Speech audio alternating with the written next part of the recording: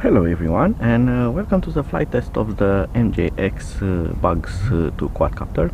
I didn't have the possibility to make this review faster because of the weather. It was very bad, but now it's just perfect for flying, and it's also early in the morning, so it's cooler outside and we have no wind, so that should be fine for our test. So today I'm not just going to fly the bugs, but I'm also going to use a second camera.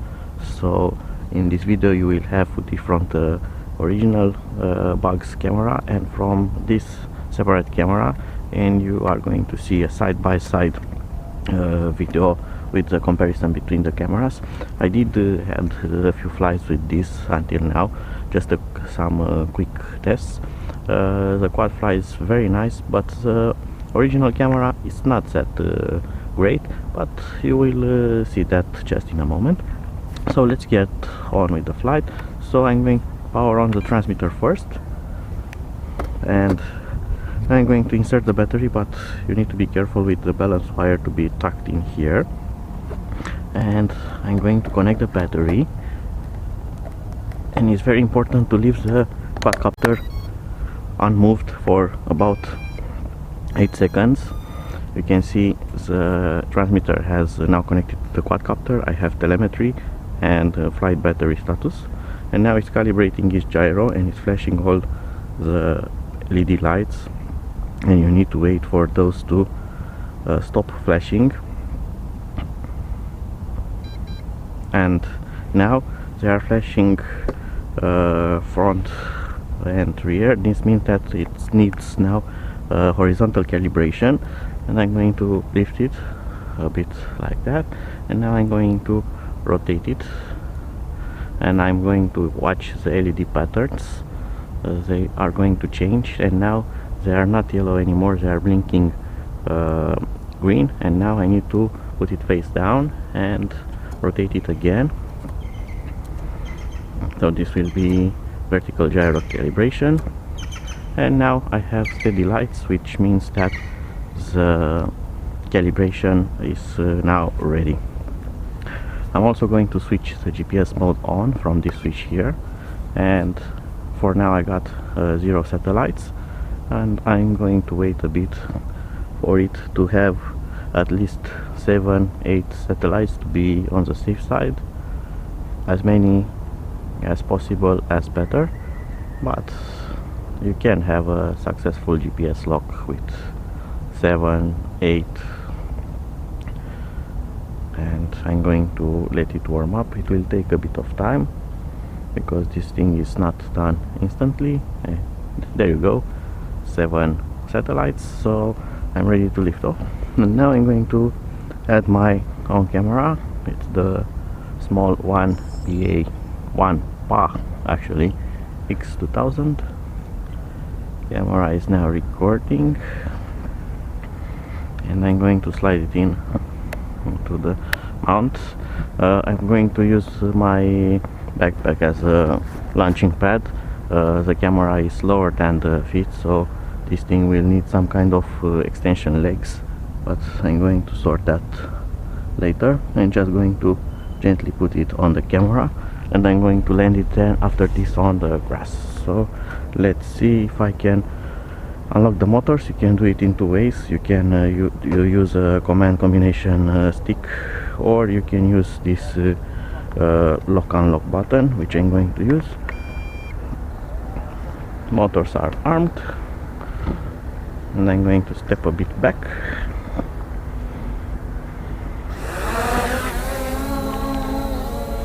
And there it goes. And from the start I can say that this thing is a lot more faster than other quads, mainly the Hobson H501S. I remember this is in GPS log, so I would have expected it to be slower than this. I'm also going to turn on the onboard camera recording by holding the camera button, and now I have video recording from the original camera as well. So let's do some gentle flight at the beginning, but this won't fly gentle. This is very fast. It also turns very sharp.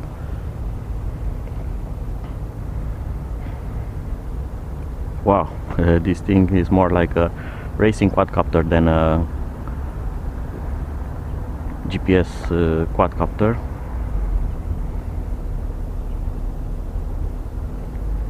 Haha, that's fast. Look at it go. Who would have thought that this thing goes so fast? Okay, I'm going to turn it around because this is the C version of the quadcopter, which only has a basic camera. It doesn't have any kind of FPV currently on it. There is the W version, which has a built-in camera with wireless video transmitting on the 5 GHz band, but that is not real FPV, analog FPV. It's Wi-Fi FPV, so it has limited range and limited fluidity of the image, so that's not let's say real FPV, but aid, more of an aid for short range flights to have video from the camera. So let's take it up now. Telemetry shows that I'm at 60 meters, 70 meters, 80 meters, 90 meters. Wow, this thing really likes to lift off. It's simply its air, and I'm at 130 meters now, and I'm going to not go above that. So let's do easy turnaround so we get the panorama view, so you can see the camera. It's going to be probably dazzled by the sun from one side, and probably it's going to see a lot of shadows in the other side, because that's how it is in the morning light. But nonetheless, you are going to get an idea of how it looks. So there was one beep on the transmitter, and that is because probably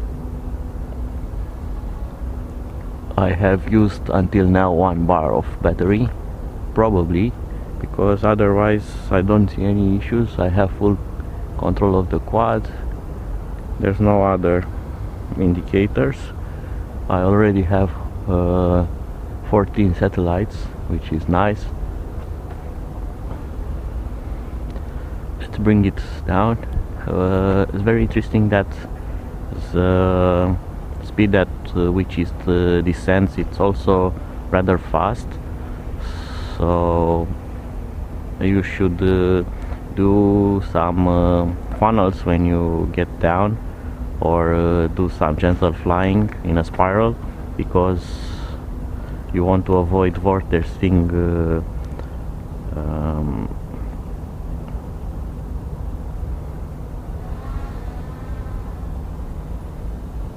vortex ring state, and that can flip your drone in the air and make it lose all control. So it does descend a bit slower than it ascends, but you should be careful with that.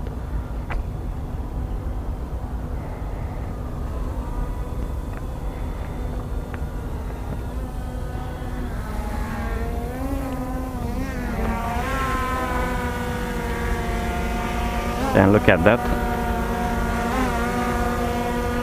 how good it holds its position. It's GPS lock and the barometer, so it's doing a perfect job.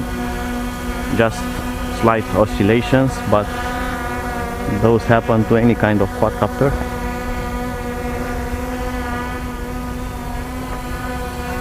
As you can see, even if it's taken away by the air draft, it's resuming its position with no problems.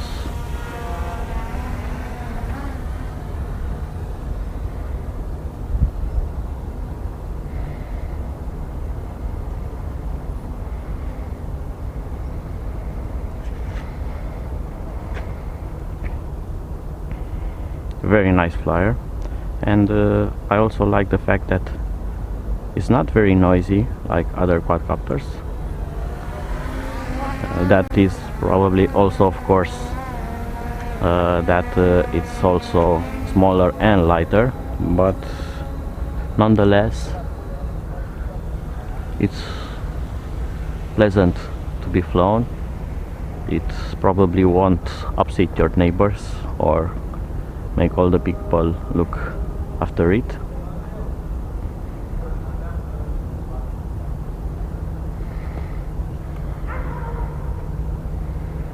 I'm still amazed about the GPS mode, which is very fast. You can do some really sharp turns with it. Just look at that. I'm still on GPS mode, and this thing will turn like a racer, and it will keep its trajectory very nice, like it's on like a train on tracks. So very nice. I wouldn't expect so much control from so much agile control from it.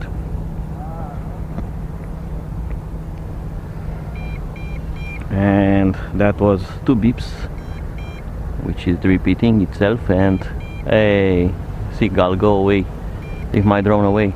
No, no, no, no, get away. All right, I've shown you. That means that the battery is now at 50% or less than that, so the remote seems to constantly beep now. So I'm going to bring it in because I haven't timed this flight until now. I don't have any idea of how much I have flown it until now. I'm going to find this out when I edit the video, and I do get some flashing red lights on it, so probably the battery is not so great now. I'm going to measure it after ending this flight. Let's try now to land it. I'm going to land it on the grass because it's soft there, and that is because of my camera underneath. So I'm going to do a gentle descent and all engines off, and that was a perfect landing for this little quadcopter.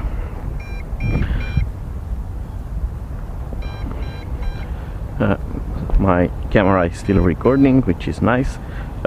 It's very important also to stop the Bugs2 camera before turning it off, so you need to hold this button pressed again, and that will end the video recording and will properly save the file. Because if you unplug the battery and you forget to stop the recording, you are going to get corrupted video files and you won't be able to see them on your computer.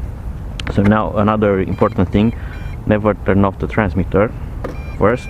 This applies to GPS quads, because turning it off could sometimes make it believe that it has lost GPS connection and it can jump back into the air and hit you.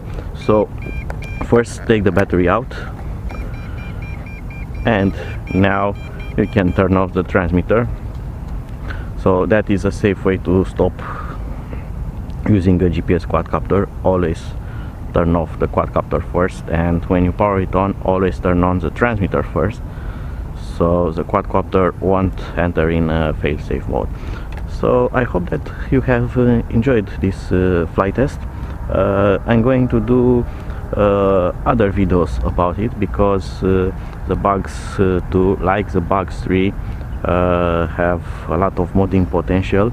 I'm planning to install maybe a better camera, actually replace the original one, or at least add some FPV on it so I can fly it with my fishing goggles. So those are things that will come soon. I'm also already trying some other type of batteries. The Hobson H501 batteries fit the battery bay, and they have 2700 milliamps capacity, a lot more, but they are lower discharge, so that would be interesting to see.